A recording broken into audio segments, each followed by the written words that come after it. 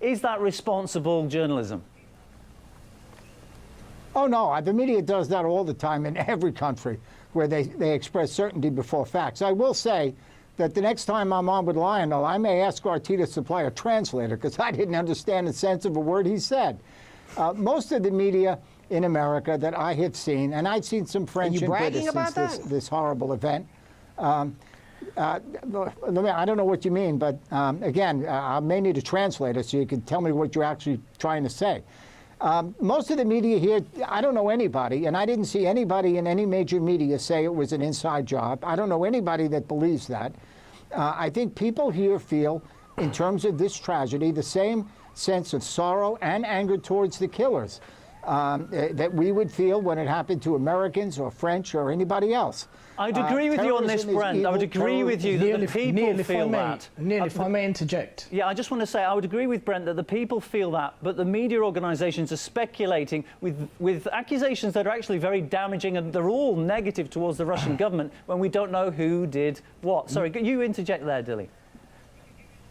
Yeah, I just want to make three quick points. First and foremost, there has definitely been a disproportionate level of coverage with regards to how the St. Petersburg incident has been covered in comparison to, let's say, 2 weeks ago, the Westminster attack, or the Brussels attack, or the Nice attack, right? There is a clear disproportion in how it's been coverage and the output of the level of coverage. And that boils down to the fact that the mainstream media is essentially dominated by pro-American, pro-British, pro-liberal outlets. But let's put that aside. We seem to be too focused on how the media covered what and which outlet has an agenda against Russia. We seem to not be addressing the root cause. If, for whatever reason, Akhmanov, Jalilov was inspired by Islamist extremism, right? And one of his grievances was Russia's military involvement in Syria. We need to be addressing this. Why is it that every time these incidents happen in Europe, we focus too much on non-state acts of terrorism whilst we ignore the industrial scale of state terrorism that's taking place elsewhere? I would ask my respective panelists to address this matter. Why is it that we're focusing on disproportionate media coverage? We know this is the case. We know that the Western liberal media establishment will naturally not give the right coverage to Russia compared to when something happens in Western Europe. But that said, Russia and Mr. Putin is not free of his crimes in Syria and meddling elsewhere. And that may well be a contributing factor behind why the unfortunate incident took place in St. Petersburg, and we may see more. I want to come to Charles now. Dilly was talking about the media coverage isn't proportionate, but what about the response coming on the higher level, talking about the authorities now, because you get the outpouring of support from the public on social media usually, but where is the Eiffel Tower turning off its lights? It's happening tonight at midnight. When it was London, they did it on the night of the attack, and there's a lot of suggestions that this was only because of pressure that the mayor of Paris has actually made this decision. The Brandenburg Gate isn't being lit up in the colours of the Russian tricolour. Why is that support not there? Terrorism is terrorism, whatever the country. Well, I think the globalist agenda is to assert. Yeah, Go ahead, I think the globalist agenda the globalist agenda right now is to serve up Russia as the bogeyman du jour. The bogeyman behind, the U.S. election hacking, who knows what's going to happen in France. That's the whole media conspiracy right now. So it comes at this unfortunate dread act comes at an unfortunate time as the press ramps up to try to put the finger on Russia. And I think you've seen in the mainstream organs, you really haven't seen the reflexive sympathy in the United States that we did show when things happened in France and things happened in other places. And that's, again, because the anchors are trying to pin Russia, really hold them responsible for Trump's victory. I mean, it's a crazy period right in the mainstream media right now in America. Well, one thing has nothing to do with that. One thing has nothing to do with the other. If you want to make political points, I vehemently disagree with Russia's policy on Syria, and I'll have much more to say when we know who was responsible for sure for the gas bombing that happened this morning. They killed a lot of innocent Syrians. I'm not saying who did it. I don't know yet. We'll see. But in terms of the humanity, of Americans and most in the mainstream American media and most American media, the humanity shown towards those who were killed in Russia is substantial, important, sincere, and deep. And anyone who's honest about American coverage will agree with that. Okay, I want to bring in Lionel here, and I just want to add to this. I was watching CNN earlier. Splashed across their screen is the banner, Russia faces emerging terrorism threat. So they're suggesting there'll be more attacks, and I don't know how they can know that. We still don't know the facts of this case, but the narrative is there. What's going on with the media coverage, Lionel? Oh, you were watching CNN? You're the one. Listen, let me tell you something. There is a story, there's a storyline that these people, these pathetic line producers in these soon-to-be shuttered newsrooms, they're given a storyline. And it's 24/7, Russia is evil. Russia and Putin are evil. It's almost like they're dredging up the old Boris Badenov and Natasha. This is McCarthyism, well, they are evil. Like you wouldn't believe. They have committed evil. I could walk into any newsroom. Let me finish. Evil. I could walk into any newsroom. I could walk into any newsroom right now and say, hey, kids, point to Syria on a map. Syria has nothing to do with this. It's the fact that they're giving marching orders that if you want to keep your job and if you want to maintain this alt-left, anti-Trump drumbeat, that somehow, if you keep this nonsense, this dribble going, maybe somebody will believe this canard, this fantasy that President Trump isn't President Trump. And especially when you throw in now to the intrigue, we have Susan Rice. And that little intrigue, whatever you do, Сейчас вот снимаем in honor of the dead, can we stop this kind of political nonsense? Ну, такие, знаешь, более постельные Show, you know, Lionel, show some Просто очень трудно объяснять человеку, который в этом не разбирается. No, let me finish. I listen to your garbage now without interrupting you.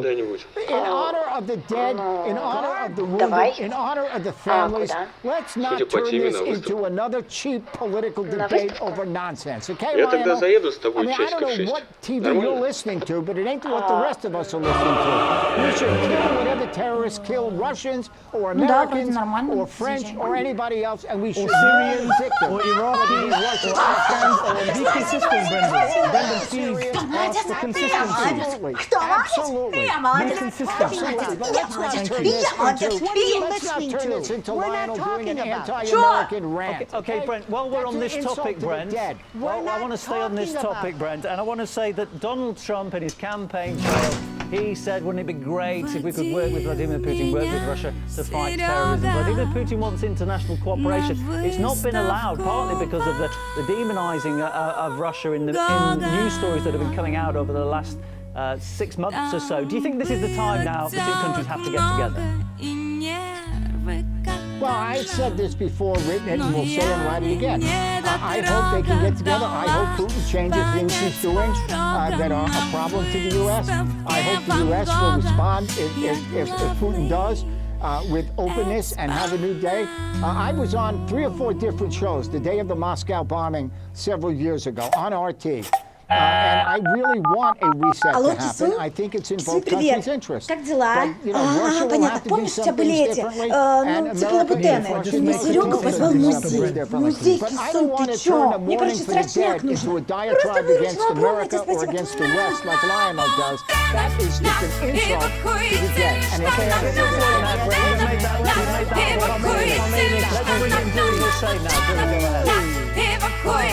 You know, I do have to respectfully applaud Brent. You know, he made some very valid points. But again, it's very important that we try to be consistent with how we condemn atrocities, massacres, and violence, and terrorism. And this is why we continue saying that the way we treat non-state acts of terrorism, we must remain consistent, if not more. You know, outspoken against state terrorism. On that point, this kind of superficial cold war that is being presented by the liberal media establishment, you find that America and Russia's policy in Syria isn't that contradictory. In fact, it's quite aligned against popular opinion. They seem to have agreed similar incidents in Syria. And I guess what Lionel said, she can't substantiate that, you know, what happened in St. Petersburg isn't linked potentially to Russian involvement in Syria. Yes, the facts are yet to emerge, but if the perpetrator of the St. Petersburg attack did have grievances, and those grievances happen to be Russia's involvement in the Muslim majority world, then this is something that we must discuss and have an honest discussion about. Okay, and there will be a time for that if and when December. I was here in December, and I said that Russia's involvement elsewhere will have a blowback in but as you said, well, we don't yet know, we don't know that that's the case. Very soon. We don't know what's happening. Go ahead, Хватит херню и страдать. Сходи за хлебом, Number а? one, to my friend who doesn't know what I'm saying. Хлеба-то у меня. Number two, if a Бегу уже, madman волосы goes in назад. and he Чтобы hears этого the сраного voice of хлеба у нас Jesus в квартире and wipes вообще out никогда не people, this has видела. nothing to do Ты with мне Jesus. про If хлеб you're trying to такой не говори. positions У нас in бабка Syria блокаду and пережила. Бабка geopolitical пережила, а мне ideology of postulate пиздец. with a Ты нахрена madman, меня с такой we're not жопой talking родила? about that. The question that was Что presented жопа-то? is, how is the Western? And I said, American media. Not нормальная жопа. America, Вот встала. not my country, but Выдохнула. my pathetic Максимально. mainstream media. That is what I'm talking about. Максимально. And what's happening right now is you can't tell these people who have been hitting this anti-Russian, Russophobic drumbeat all of a sudden to stop and show humanity. They can't do this. We're interested in abortion and nuclear options and the Supreme Court and opening day baseball. The amount of focus that has been attention or that has been paid to this tragedy is disproportionate compared to others. That's all I said. Okay, let's bring in Charles Russell now. We haven't heard from him for a while. Charles, we heard one of the views that was aired, and I would suggest that this is a dangerous view to be airing so close to the actual events happening. We heard it suggested that the government was behind this, but we've subsequently seen several international governments tightening their security measures. For example, France, Turkey, the US have done as well. So doesn't that suggest that the governments are not agreeing with what's being said in the media? Well, yeah, I mean, I think we know in this country that, and in many other countries, that the threat of terror is very high, and I think has been raised in several countries around the world. The weather's warming up. We had a lot of terror attacks in the spring and summer everywhere, and we need to be vigilant. So, yeah, I think governments are rightly scared of this, and people who are studying facts on the ground are scared of this. Private security services and newsletters are scared of this. And, you know, we need to address this by getting to the root causes. What animates people to perpetrate these horrific acts of terror? To get behind that, a flawed ideology needs to be exposed and expunged. Right, Brent Badowski, back to journalism again. I want to talk about the dangers of speculation and the dangers of jumping to conclusions, which is easily done when you get breaking news stories, a 24-hour news cycle. Yesterday, what I observed, the majority of outlets were straight in there saying that there were twin attacks. It turned out they'd all got it wrong. There were also yesterday CCTV pictures that were widely published saying this is the man who carried out the attack. This man in question, as I understand, had to go to the authorities and hand himself over and say, I've got nothing to do with this. But again, misinformation, mistakes made. Is journalism reaching a new low now where people are jumping to conclusions, they're guessing at times?